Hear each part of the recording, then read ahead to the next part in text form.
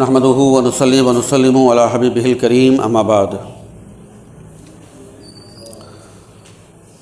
दरूद पाक पढ़ें तमाम हज़रात। अल्लाहुम्मा सल्लि व सल्लिम अला सय्यदिना व मौलाना मुहम्मदिन व अला आलि सय्यदिना व मौलाना मुहम्मदिन बिअददि कुल्लि शैइन मालूमिन लक रब्बि अरिनी बिजमालिका गुस्नी या रसूलल्लाह सल्लल्लाहु तआला अलैहि वसल्लम। कुछ चीज़ें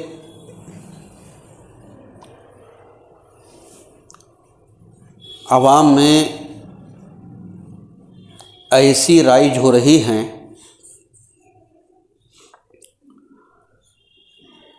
कि जिन पर हम लोगों की तवज्जो नहीं है,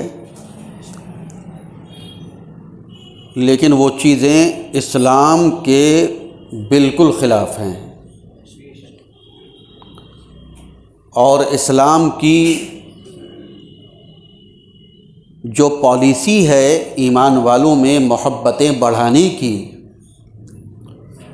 उस पॉलिसी के क़तअन ख़िलाफ़ हैं। इन्हीं गलत रिवाजों में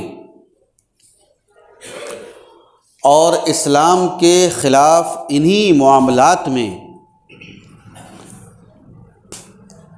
एक मुआमला और एक नया रिवाज पैदा हो रहा है, तोहफ़े लेने से मना करने का।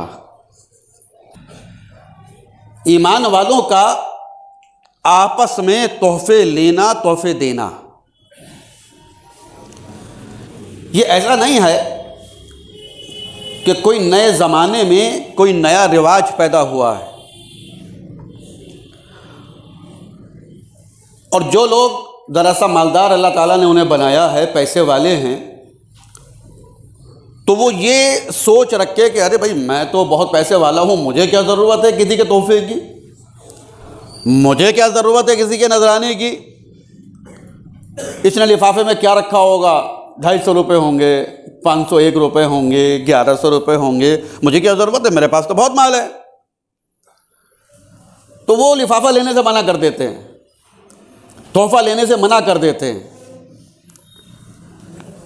मैं आपको 3 अहादीस करीमा इस सिलसिले में सुनाता हूँ। प्यारे आका अलैहिस्सलातु वस्सलाम इरशाद फरमाते हैं कि तोहफे लिया दिया करो, आपस में नजराने लिया दिया करो, आपस में हदिये का आदान प्रदान किया करो। और क्यों? प्यारे आका अलैहिस्सलातु वस्सलाम इरशाद फरमाते हैं कि इसलिए किया करो कि तोहफ़ा, नजराना, हदिया ये अदावतों को दूर करता है। आप किसी के यहाँ जाएं, अगर वो आपसे इतनी मोहब्बत करता है और आप उसके लिए तोहफ़ा लेकर जाएं, इतनी करने लगेगा। आप किसी से इतनी मोहब्बत करते हो, वो आपके यहाँ तोहफ़ा लेकर आए, प्रैक्टिकली बात बता रहा हूँ मैं, ये ऐसा नहीं है कि कोई आसमानी बात मैं बयान कर रहा हूँ, ये प्रैक्टिकली बात है। कोई आपके यहाँ तोहफ़ा लेकर आता है, आप खुश होते हैं कि नहीं? आपकी खुशियों में इजाफा होता है कि नहीं? अगर किसी से आपकी कोई दिल बुराई हो, हल्की खींचातानी चल रही हो और वो आपको तोहफ़ा पेश कर दे, मोहब्बत बढ़ेगी कि नहीं? अदावत दूर होगी कि नहीं होगी? खींचातानी में फ़र्क आएगा कि नहीं आएगा? तो प्यारे आका अलैहिस्सलातु वस्सलाम इरशाद फरमाते हैं कि तोहफे लिया दिया करो, इसलिए कि तोहफा, नजराना यह अदावतों को दूर करता है। एक और हदीस शरीफ प्यारे आका अलैहिस्सलातु वस्सलाम इरशाद फरमाते हैं कि जब तुम्हें कोई तोहफा दे, और वहां पर पड़ोसी का लफ्ज इस्तेमाल फरमाया है कि अगर कोई पड़ोसी तुम्हें तोहफा दे तो उसके तोहफे को कमतर मत जानो, उसके तोहफे को हल्का मत जानो। आप मालदार हैं, आप एक्सपोर्टर हैं, आप कारखानेदार हैं, आपको अल्लाह ताला ने बहुत नवाजा है। आपका पड़ोसी गरीब है, रिक्शा चलाने वाला है, सिलाई करने वाला है, मजदूर है, आपको बहुत बढ़िया कपड़ा पहनने की आदत है, आप 200-300 रुपए मीटर का कपड़ा पहनते हैं और उसने आपको अगर 50 रुपए मीटर का कपड़ा तोहफे में दे दिया, तो प्यारे आका अलैहिस्सलातु वस्सलाम इरशाद फरमाते हैं कि अपने पड़ोसी के तोहफे को हल्का कमतर मत जानो। और मिसाल में इरशाद फरमाते हैं कि चाहे वो तुम्हें बकरी का खुर ही भेजे तोहफे में। बकरी का खुर समझते हैं ना, किस काम में आता? किसी काम में नहीं आता ना, किसी काम का नहीं है, फेंकना ही फेंकना है, किसी काम में नहीं आना। मगर प्यारे आका अलैहिस्सलातु वस्सलाम इरशाद फरमाते हैं कि अगर तुम्हारा पड़ोसी तुम्हें कोई तोहफा भेजे तो उसे हल्का कमतर मत जानना, चाहे वो बकरी का खुर ही भेजे तुम्हें। अल्लाहु अकबर। मकसद क्या है? प्यारे आका अलैहिस्सलातु वस्सलाम हमें ये ज़हन व मिजाज अता फरमा रहे हैं कि आपस में तोहफे दो, अपने हफ्ते हैसियत दो। और ये हदीस पाक हमें ये ज़हन व मिजाज भी अता फरमाती है कि हमें अपने हिसाब से तोहफा देना चाहिए, सामने वाले के हिसाब से नहीं। आप अगर गरीब हैं और सामने वाला मालदार है तो आप यह मत देखिए कि भाई करोड़पति है तो इसको मैं करोड़पति के हिसाब से तोहफा दूं। नहीं, आप हजारपति हैं, अपने हिसाब से तोहफा दीजिए। और जब आप किसी को तोहफा देने पर आए और आप मालदार हैं, सामने वाला गरीब है, तो फिर यह मत सोचिए कि अरे यार ये तो गरीब आदमी, इसे तो 51 का लिफाफा ही काफ़ी होगा, इसे तो 101 का ही काफ़ी है, ये तो गरीब आदमी। नहीं, आप अगर मालदार हैं आप अपने हिसाब से दीजिए। उसने भले से 101 रुपए का लिफाफा दिया हो, आप 501 का दो, आप 1100 का दो, आप 5100 का दो, आप अपने हिसाब से दीजिए। तो प्यारे आका अलैहिस्सलातु वस्सलाम हमें यह ज़हन व मिजाज अता फरमा रहे हैं कि एक तो तोहफे दिया करो आपस में और अपने हिसाब से दो। पड़ोसी अगर तुम्हें बकरी का खुर भी भेजे, कबूल कर लो उसको।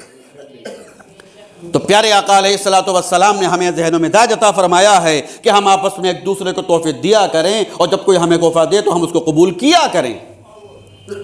अब ये तो हो गई प्यारे नबी की इरशाद की बात कि प्यारे आका अलैहिस्सलातु वस्सलाम ने इरशाद फरमाया कि किया करो, तोहफे दिया करो, तोहफे लिया करो।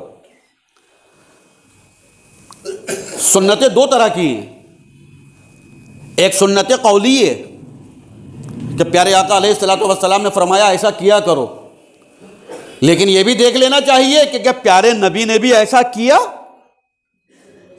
एक तो यह है कि प्यारे नबी ने फरमाया किया करो, मगर तस्वीर का दूसरा रुख भी देखें कि क्या प्यारे नबी ने ऐसा खुद भी किया कि नहीं। शौहर के मिजाज से सबसे ज्यादा कोई वाकिफ होता है तो बीवी होती है।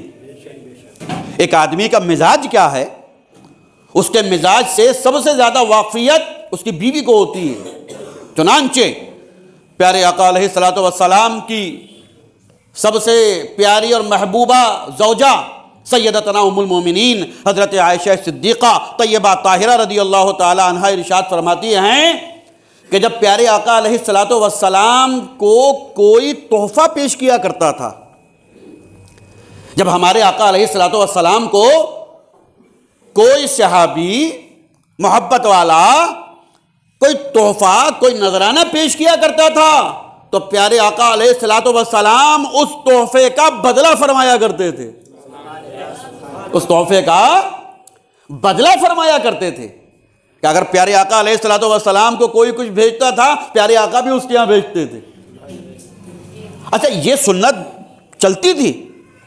आपने देखा होगा कि अगर पड़ोस में से किसी के यहां से सालन आता था, उसने आज कोफ्ते पका लिए, पाए पका लिए, तो वो अगर पड़ोसी के यहाँ भेजा तो वो बर्तन खाली नहीं भेजा जाता था। क्या होता था, वो बर्तन रोक लिया जाता था और फिर 2 दिन के बाद, 3 दिन के बाद, 4 दिन के बाद जब अपने यहाँ कुछ अच्छा बनता था तो उसमें वो रख के उसके यहाँ भेजा जाता था। होता था कि नहीं होता था? ऐसा कुछ जगहों पर भी होता है। तो ये ऐसा नहीं है कि कोई बड़े बूढ़ों ने रस्म बना दी है, बल्कि ऐसा करना प्यारे आका अलैहिस्सलातु वस्सलाम की सुन्नत है कि कोई तुम्हें तोहफा भेजे तुम उसको तोहफा दो, कोई तुम्हें तोहफा दे उसको कबूल करो।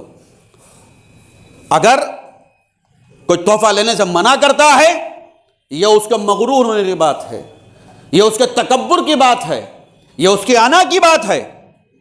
अच्छा, कोई ये सोचे यार मैं तो मालदार हूं, मैं क्यों तोहफा लूं? अब गरीब कैसे तोहफा ले?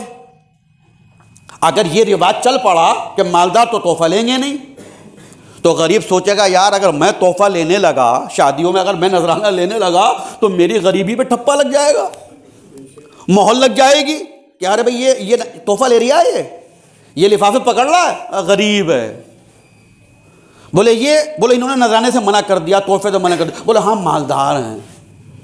तो क्या पता चला? फिर ठप्पा लगने लगेगा। बोले तोहफा ले रही है, बोले गरीब है। नहीं ले रही है, बोले अमीर है। समाज में बंटवारा हो जाएगा, समाज में इंतशार हो जाएगा, गरीबों और अमीरों के दरमियान दीवारें बनने लगेगी। तो प्यारे आका अलैहिस्सलातु वस्सलाम ने 1450 साल पहले इस दीवार को गिरा दिया है। नहीं, अमीर हो अपनी जगह, गरीब है अपनी जगह। कोई तुम्हें तोहफा दे, तुम भी कबूल करो और बदले में उसको तोहफा दो। अब जाहिर सी बात है कि चलते फिरते तो तोहफा देने का मिजाज है नहीं। कोई रास्ते में मिल गया तो उसे तोहफा दे दिया, ये मिजाज तो हमारे यहाँ है नहीं।